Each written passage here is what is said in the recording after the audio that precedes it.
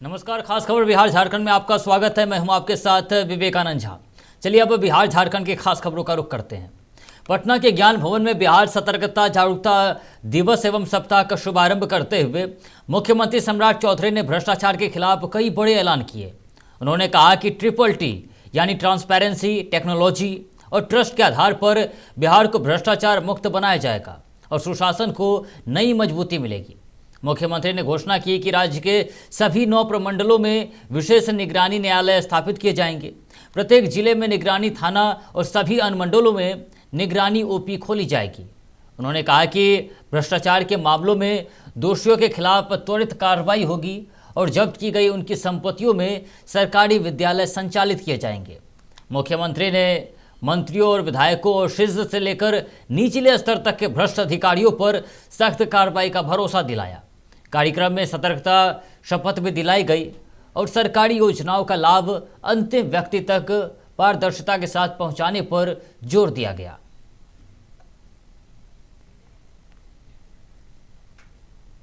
वहीं पटना मेट्रो परियोजना के तहत आज मलाही पकरी मेट्रो स्टेशन का उद्घाटन मुख्यमंत्री सम्राट चौधरी ने किया। उद्घाटन समारोह के कारण सुबह 8 बजे से शाम 4 बजे तक मेट्रो सेवाएं अस्थायी रूप से बंद रही। शाम 4 बजे के बाद मलाही पकड़ी स्टेशन से यात्रियों के लिए नियमित मेट्रो सेवाएं शुरू कर दी जाएगी। इस नए खंड के चालू होने से मलाही पकड़ी से न्यू ISBT तक 6.2 किलोमीटर का सफ़र अब केवल 15 मिनट में पूरा होगा। इस रूट पर अधिकतम किराया 30 रुपये निर्धारित किया गया है। कार्यक्रम के दौरान मुख्यमंत्री ने मेट्रो स्टेशन पर राष्ट्रीय कॉमन मोबिलिटी कार्ड यानी MCMC सुविधा का भी शुभारंभ किया। इसके बाद वह मेट्रो ट्रेन से मलाही पकड़ी से भूतनाथ स्टेशन तक वो यात्रा की और वहां से लोक सेवक आवास के लिए रवाना हुए। इस विस्तार से राजधानी पटना के हजारों यात्रियों को तेज, सुरक्षित और सुविधाजनक सार्वजनिक परिवहन का लाभ मिलेगा।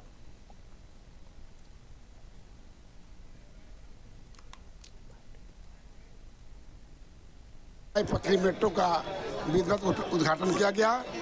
उससे पटना वासियों को काफ़ी लाभ मिलेगा। जो समस्या जो होती है, इस मेट्रो खुलने से समस्या होगा और जो स्वच्छता का मेट्रो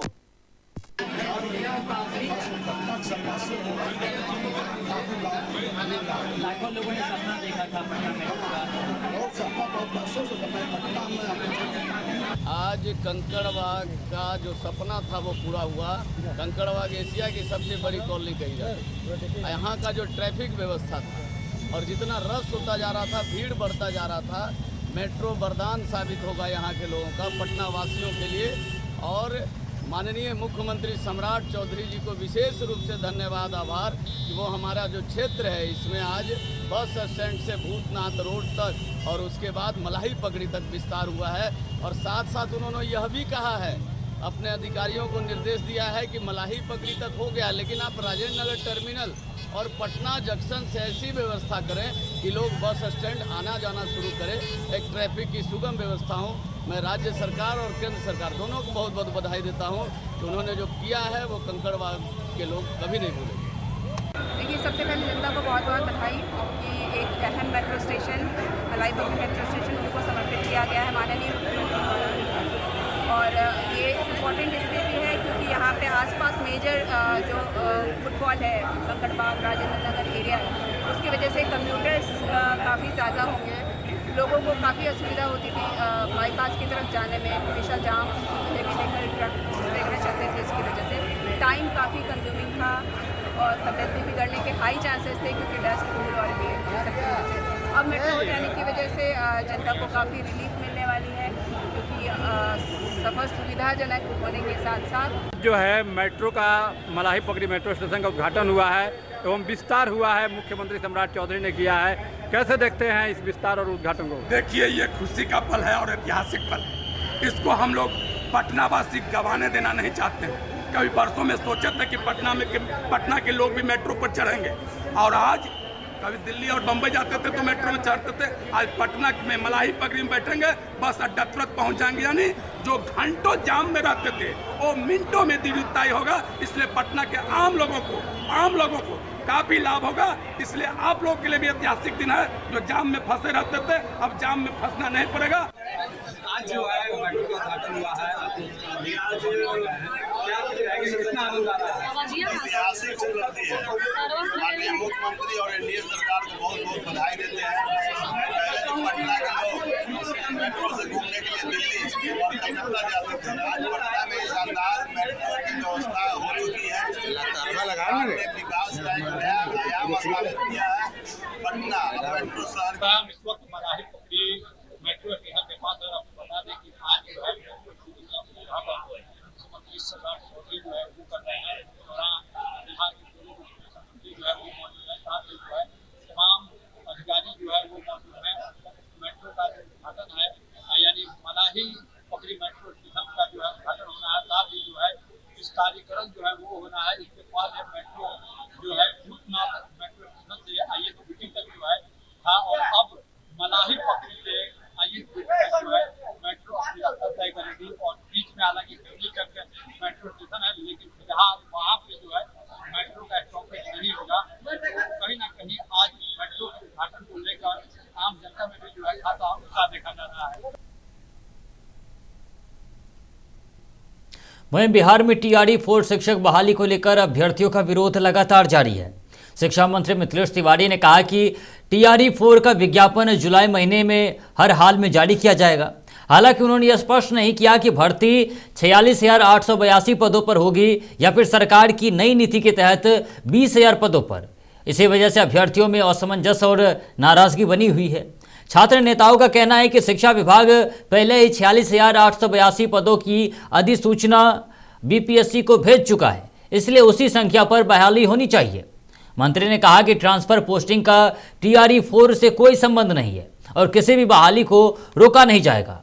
उन्होंने यह भी कहा कि लाइब्रेरियन की बहाली और पुस्तकालयों को सुचारू रूप से संचालित करना शिक्षा विभाग की प्राथमिकता है। अब सभी की निगाहें जुलाई में जारी होने वाली टीआरई 4 के विज्ञापन और पदों की अंतिम संख्या पर टिकी हुई है।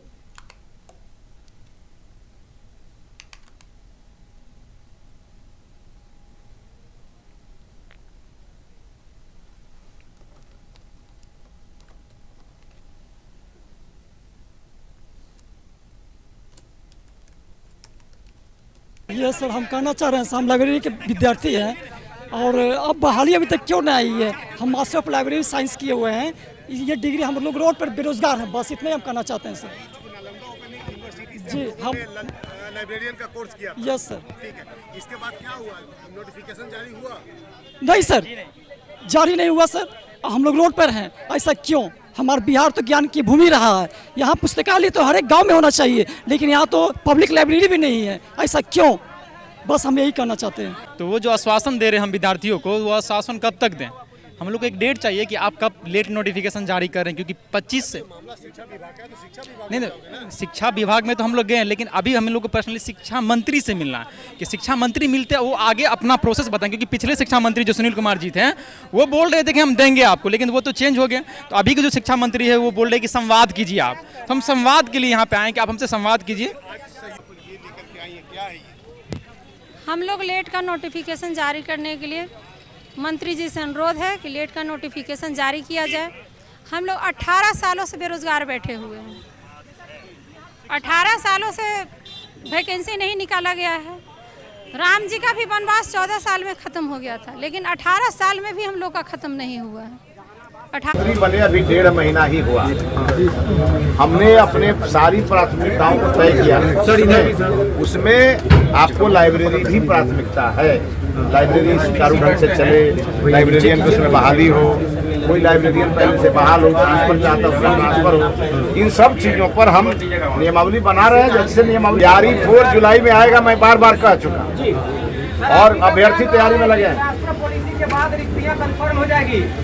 ये ट्रांसफर पॉलिसी तो आ चुकी है शिक्षकों की, और वो पोर्टल एक्टिव होगा, उसका शेड्यूल जारी हो जाएगा।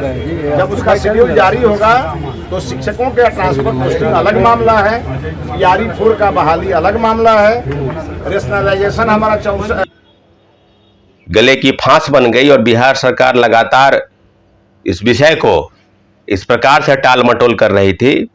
ऐसा लग रहा था कि बहाली देना नहीं चाहती है। उसके बावजूद भी शिक्षा विभाग और शिक्षा मंत्री बयान दे रहे हैं और कल शिक्षा मंत्री ने प्रेस के माध्यम से बताया कि जुलाई महीने में ही आ जाएगी और जुलाई महीना आ गया, यानी पूरा जो है अभी पूरा महीना बाकी है। उम्मीद कीजिए कि बीपीएससी को अधियाचना भेजी जाएगी। तो रोस्टर के लिए दोबारा बीपीएससी ने शिक्षा विभाग को पत्र भेजा था और दोबारा यह कहा गया था कि जो भी टेक्निकल फॉल्ट्स है उसको ठीक करके दोबारा भेजा जाए। और शिक्षा मंत्री मिथिलेश तिवारी बार बार बयान दे रहे हैं कि जुलाई महीने में विज्ञापन जो है वो भेजा जाएगा, जुलाई महीने में विज्ञापन आ जाएगा, अधियाचना भेजी जाएगी, ये स्पष्टीकरण के तौर पर वो नहीं। वहीं महाराष्ट्र टीईटी पेपर लीक मामले की जांच अब बिहार के वैशाली जिले तक पहुंच गई है।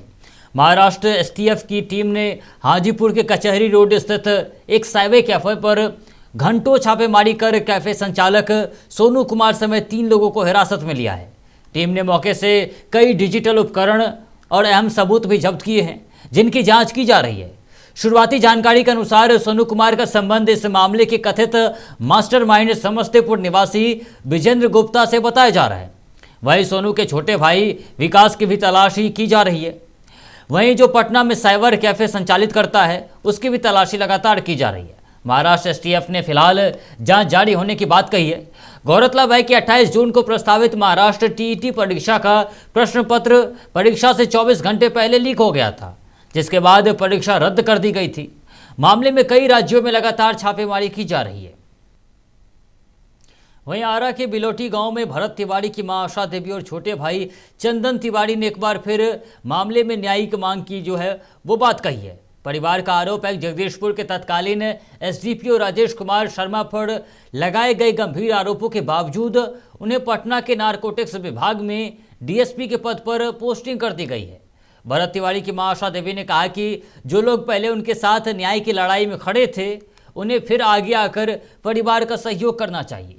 वहीं छोटे भाई चंदन तिवारी ने आरोप लगाया कि पूरे मामले को दबाने की साजिश की जा रही है, लेकिन उनका परिवार किसी भी कीमत पर न्याय की लड़ाई नहीं छोड़ेगा। इधर बिहार विधानसभा में नेता प्रतिपक्ष तेजस्वी यादव ने भरत तिवारी एनकाउंटर मामले में हुई कार्रवाई को केवल दिखावटी बताते हुए आरोप लगाया कि सरकार जनता को गुमराह करने का प्रयास कर रही है। वहीं बिहार में साइबर अपराधियों ने अब जनप्रतिनिधियों और डॉक्टरों को भी निशाना बनाना शुरू कर दिया है। मसूरी के जेडीयू विधायक और बिहार विधानसभा में सत्तारूढ़ दल के सचेतक अरुण माझी का व्हाट्सएप अकाउंट हैक कर साइबर ठगों ने उनके परिचितों और समर्थकों से मदद के नाम पर पैसों की मांग शुरू कर दी है। विधायक ने खुद इसकी जानकारी देते हुए लोगों से अपील की है कि उनके नंबर से आने वाले किसी भी पैसे, ओटीपी या फिर संदिग्ध लिंक संबंधी संदेश पर जो है भरोसा ना करें। उन्होंने बताया कि कई लोगों ने हैकरों के झांसे में आकर पैसे भी ट्रांसफ़र कर दिए हैं। मामले की शिकायत साइबर थाना में दी गई है और एफआईआर दर्ज कराने की प्रक्रिया चल रही है। उधर गोपालगंज में सदर अस्पताल के डॉक्टर संतोष कुमार का व्हाट्सएप अकाउंट भी हैक कर साइबर ठगों ने उनके परिचितों से इमरजेंसी सहायता के नाम पर करीब 40,000 रुपये ठग लिए। डॉक्टर के अनुसार ब्लू डार्ट एजेंट बनकर आए कॉल के बाद उनका अकाउंट हैक हुआ। साइबर थाना मामले की जांच में जुट गया है। पुलिस ने लोगों से अपील की है कि किसी भी परिचित के नाम से पैसे मांगने वाला संदेश मिलने पर पहले फोन कर पुष्टि अवश्य करें।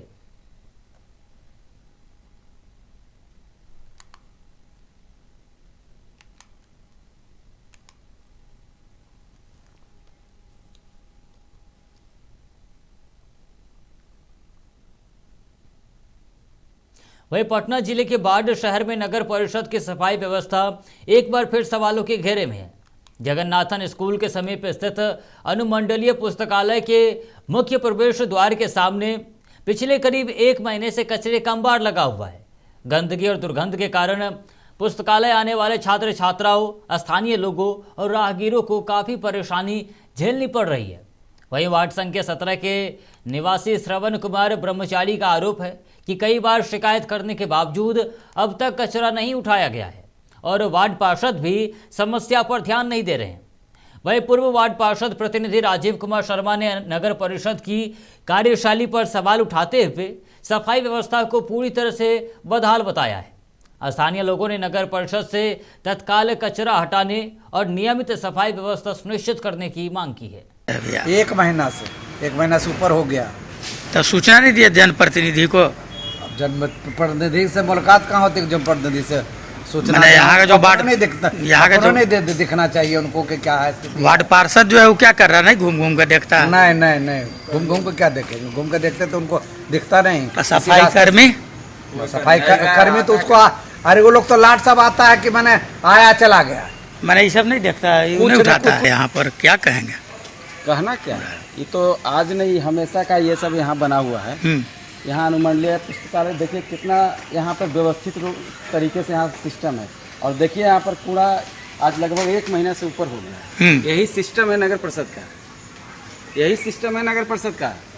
1 महीना हो गया। सफाई के नाम पर इतना रुपया कम से कम 42 लाख 45 लाख रुपया प्रति महीना कटता है, यही व्यवस्था है। तो यहाँ तो चोरों की मंडली नगर परिषद में बैठा हुआ है। तो कब से? लगभग 1.5 महीना हो गया। सूचना देने के बावजूद भी नहीं उठता है। तो नगर परिषद का दावा है कि कौन नगर परिषद डेली उठता है? चोर है नगर परिषद, चोरी करने से फुर्सत है लुटेरा सबको। ये सब महा लुटेरा है, सफाई के नाम पर लूट हो। वहीं भागलपुर के जगदीशपुर थाना क्षेत्र की रहने वाली एक महिला ने एसएसपी को आवेदन देकर रंगदारी नहीं देने पर घर में बमबारी, फायरिंग और मारपीट और लूटपाट का गंभीर आरोप लगाया है। पीड़िता बीबी रही का आरोप है कि 4 दिन पहले कुछ लोगों ने उनसे 10 लाख रुपए की रंगदारी मांगी थी। रंगदारी नहीं देने पर 20 से 25 लोग हथियार, बम, हॉकी और लोहे की रॉड लेकर उनके घर पहुंचे। आरोप है कि हमलावरों ने बमबारी और फायरिंग की। घर में घुसकर परिवार के सदस्यों से मारपीट भी की गई और महिलाओं के साथ दुर्व्यवहार किया गया। पीड़िता का दावा है कि आरोपी करीब 7 लाख रुपए के सोने चांदी के जेवर, 90,000 रुपये नकद और अन्य सामान लूटकर फरार हो गए। महिला ने बताया कि जगदीशपुर थाना में शिकायत देने के बावजूद अब तक कोई ठोस कार्रवाई नहीं हुई है। उन्होंने एसएसपी से निष्पक्ष जांच, आरोपियों की गिरफ्तारी और परिवार की सुरक्षा की मांग की है।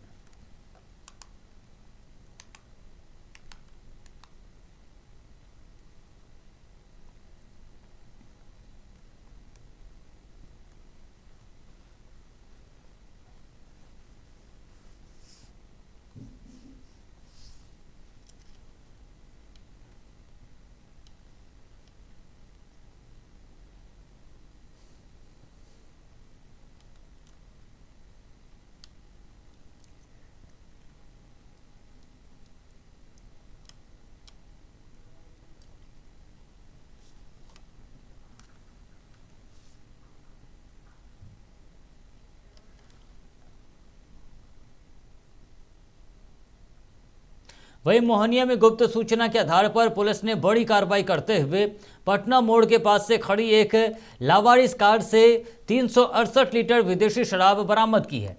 हालांकि पुलिस के पहुंचने से पहले ही शराब तस्कर मौके से फरार हो गए।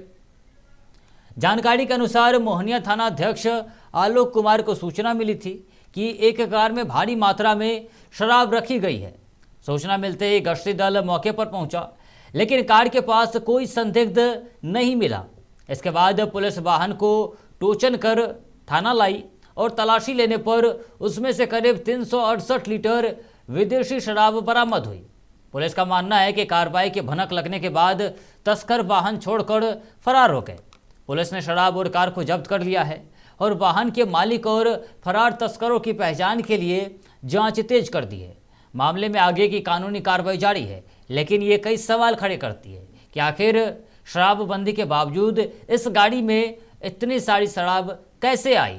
आखिर तस्कर जो है उसे पुलिस कब तक गिरफ्तार करेगी, जैसे अहम सवाल अब खड़े हो रहे हैं। साथ ही साथ इस दौरान आरोप है कि तलाशी लेने पर उसमें से करीब 368 लीटर विदेशी शराब बरामद की गई है। हालांकि जो है वो पुलिस के पहुंचने से पहले ही शराब तस्कर मौके से फरार हो गया था। इस दौरान लावारिस कार से 368 लीटर शराब बरामद की गई है। और ये घटना जो है कैमूर की है, जहां मोहनिया में गुप्त सूचना के आधार पर पुलिस ने ये कार्रवाई की है और पटना मोड़ के पास खड़ी एक लावारिस कार से 368 लीटर विदेशी शराब बरामद की गई है। हालांकि पुलिस के पहुंचने से पहले ही शराब तस्कर मौके से फरार हो गया। आज सुबह मोहनिया की जो गश्ती टीम है वो जब गश्ती करी थी तो उसी दौरान पटना मोड़ पर गाड़ी रुकी और गाड़ियों की तलाशी करी थी। इसी क्रम में एक टाटा नेक्सॉन ग्रे कलर की गाड़ी जिसकी तलाशी क्रम में पता चला कि उसमें 367 लीटर करीब विदेशी शराब पाया गया। क्या किसी की गिरफ्तारी हुई सर? मौका वारदात से जो चालक है वो फरार था, तो गिरफ्तारी नहीं हो पाई है। इस बीच गाड़ी को जब्त कर लिया गया। गाड़ी सर टोल प्लाजा पार कर गया है फिर किसी और? इस मामले में हम लोग जांच करें। फिलहाल इतना पता है कि पटना मोड़ पे हमें गाड़ी मिली, किस दिशा से आई है यह भी कंफर्म करना है। आज सुबह मोहनिया की जो गश्ती टीम है वो जब गश्ती करी